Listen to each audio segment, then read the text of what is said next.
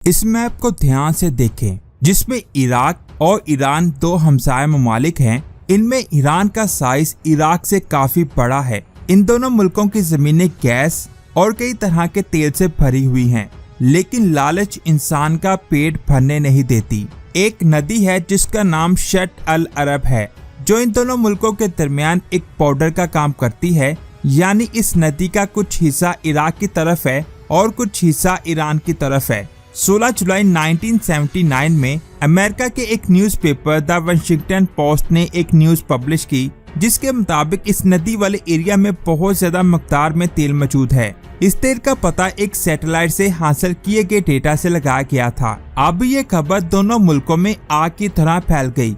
ये एरिया जिस मुल्क के पास भी होगा वो मुआशी तौर पर बहुत ज्यादा स्ट्रॉन्ग हो जाएगा, जिसकी वजह से इराक भी इस एरिया पर कब्जा करना चाहता है और ईरान भी इस एरिया पर कब्जा करना चाहता है। किसी भी मुल्क की जगह पर कब्जा करने के लिए आपको उस मुल्क से जंग करना पड़ती है। यानी इस नदी वाले एरिया के लिए इन दोनों मुल्कों के दरमियान जंग होने वाली थी। उस वक्त इराक का प्रेसिडेंट सद्दाम हुसैन था, जिसका ताल्लुक सुन्नी फिरके से था, और दूसरी तरफ ईरान का प्रेसिडेंट रूहुल्लाह खुमैनी था, जिसका ताल्लुक शिया फिरके से था। यहाँ पर ईरान के पास एक बहुत बड़ा एज था कि उस मुल्क में सभी शिया लोग थे और इराक की 75% आबादी भी शिया थी। सद्दाम हुसैन बहुत ज्यादा डरा हुआ था क्योंकि वो खुद सुन्नी था और जिस मुल्क का वो प्रेसिडेंट था उसकी 65% आबादी शिया थी। इसी बात का फायदा उठाते हुए ईरान के लीडर ने सबसे पहले अपनी कौम को अपने हक में किया और फिर इराक के शिया लोगों को भी भड़काना शुरू कर दिया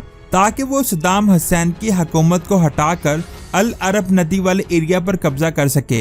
इराक के ऊंचे ओहदों पर सुन्नी फिरका के लोग बैठे हुए थे, इसीलिए इराक में मौजूद शिया लोग हुकूमत के खिलाफ हो गए। लेकिन जब सद्दाम हुसैन ने अपनी कौम के खिलाफ कार्रवाई शुरू की तो ईरान के लीडर खुमैनी ने अपने आलमों को इराक में भेज दिया ताकि वो शिया लोगों को और ज्यादा भड़का सके।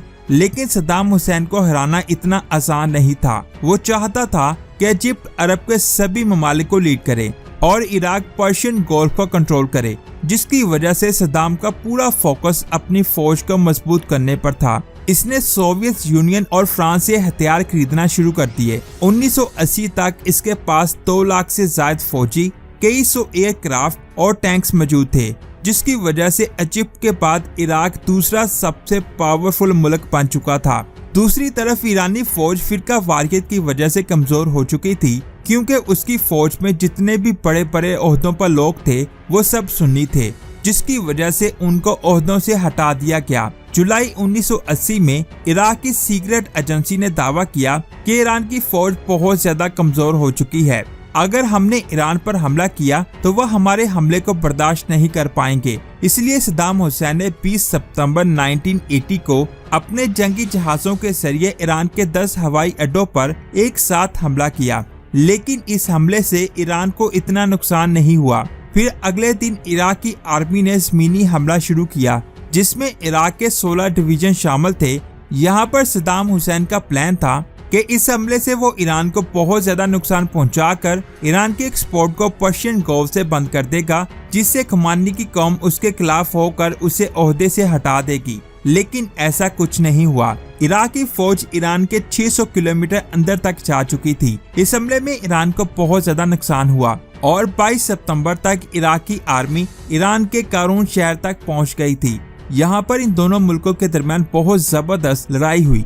ईरानियों ने इस शहर के चारों तरफ दलदली पानी भर दिया, जिसकी वजह से इराक की आर्मी को आगे बढ़ने में मुश्किल पेश हो रही थी। इसी बात का फायदा उठाते हुए ईरानी टैंक्स ने इराक के टैंक्स पर बहुत ज्यादा हमले किए, जिससे इराक के टैंक्स पीछे हटने पर मजबूर हो गए। इस लड़ाई में दोनों साइड से कई फौजी मारे जा चुके थे, लेकिन इराक की फौज भी कमजोर नहीं थी। उन्होंने भी बहुत जबरदस्त हमले किए और 30 सितंबर तक इराक की आर्मी ने आधे शहर पर कब्जा कर लिया था। अब यहाँ पर ईरान की आर्मी सोच रही थी कि अगर इराक की आर्मी ने इस शहर पर कब्जा कर लिया तो वो बाकी शहरों पर भी कब्जा करेंगे। इसलिए उन्होंने अपनी एयरफोर्स के साथ जवाबी हमला किया, लेकिन वो इराक की आर्मी को रोकने में नाकाम रहे और 24 अक्टूबर को इराक की आर्मी ने पूरे शहर पर कब्जा कर लिया।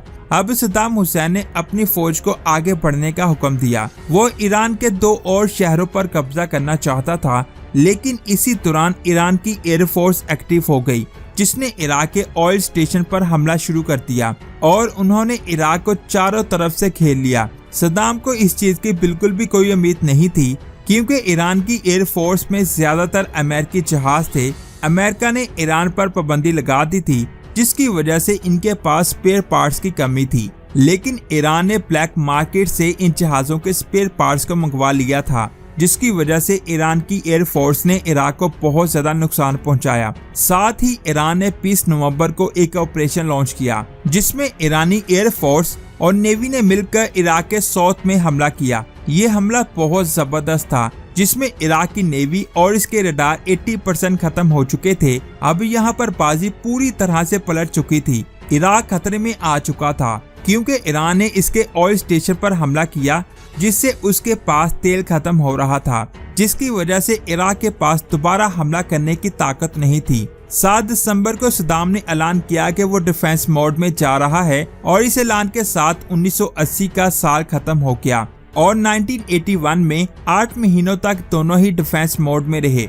दोनों मुल्क अपनी अपनी हिफाजत में थे, किसी ने भी एक दूसरे पर हमला नहीं किया। इन 8 महीनों में ईरानी आर्मी को खड़ा होने का टाइम मिल गया। इस जंग में सऊदी अरेबिया ने इराक को $1 अरब दिए और अमेरिका अपने सैटेलाइट की मदद से इराक को खुफिया इन्फॉर्मेशन दे रहा था। जैसे जैसे ईरान इराक पर भारी पड़ रहा था, वैसे वैसे अमेरिका इराक को ज्यादा इन्फॉर्मेशन दे रहा था। यानी अमेरिका चाहता था कि इराक ईरान से जीत जाए। अमेरिका के साथ साथ फ्रांस ने भी इराक को हथियार बेचे। साथ ही जर्मनी और दूसरे कई मुल्क इराक की मदद कर रहे थे।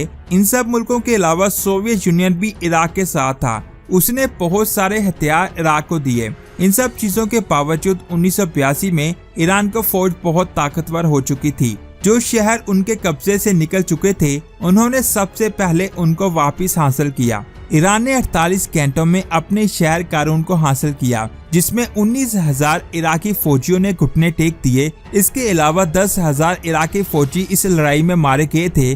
अब इराक के पास 1,50,000 फौजी थे और साथ ही इसके एयरफोर्स की हालत भी बहुत ज्यादा खराब हो चुकी थी। अपने हालात को देखते हुए सद्दाम ने 20 जून को जंग खत्म करने का ऐलान किया, लेकिन दूसरी तरफ ईरान का कॉन्फिडेंस बढ़ चुका था। इसलिए खुमैनी ने कहा कि जब तक इराक में नई हुकूमत नहीं आ जाती, ये जंग खत्म नहीं होगी। उस वक्त खुमैनी ने कहा कि ईरान इराक पर हमला करेगा, वो तब तक हमला करते रहेंगे जब तक इराक में नई हुकूमत नहीं आ जाती। इराक डिफेंस मोड में चला गया था और अगले 5 सालों तक वो डिफेंस मोड में रहा।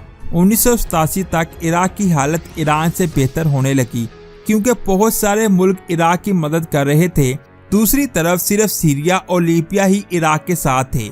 28 अगस्त 1988 को एक बार फिर से इनके दरमियान जंग हुई और इस जंग में 5 लाख से ज्यादा लोग मारे जा चुके थे, जिनमें सबसे ज्यादा लोग ईरान के मरे थे। इस बार इराक जंग जीतने में कामयाब रहा। तो दोस्तों, ये थी आज की अमेजिंग वीडियो। आपको कैसी लगी नीचे कमेंट्स करके जरूर बताएं। इस अमेजिंग वीडियो को लाइक और शेयर करना तो बनता है, और ऐसी ही अमेजिंग वीडियोस को देखने के लिए हमारे चैनल एवरीथिंग वर्ल्ड को सब्सक्राइब करके बेल आइकन को प्रेस करें। अपना बहुत सारा ख्याल रखें। अल्लाह हाफिज।